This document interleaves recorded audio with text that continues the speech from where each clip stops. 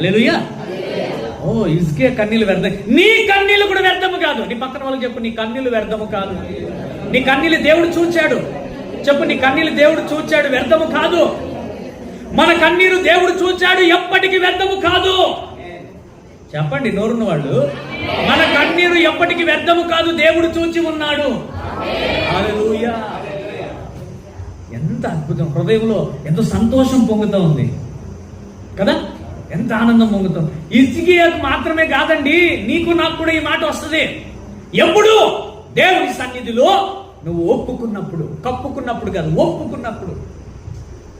6వ వచనంలో ఏమని రాయబడి ఉంది మరలా, అది కింద కంటిన్యూ చేయండి. నీవు కన్నీళ్లు విడిచుట చూచి తిని నీ ప్రార్థన అంగీకరించున్నాను. ఓ ఆమేన్, అగ్రీ. దేవుడు ఒప్పుకున్నాడండి, ఆయన ప్రార్థన అంగీకరించాడు. తర్వాత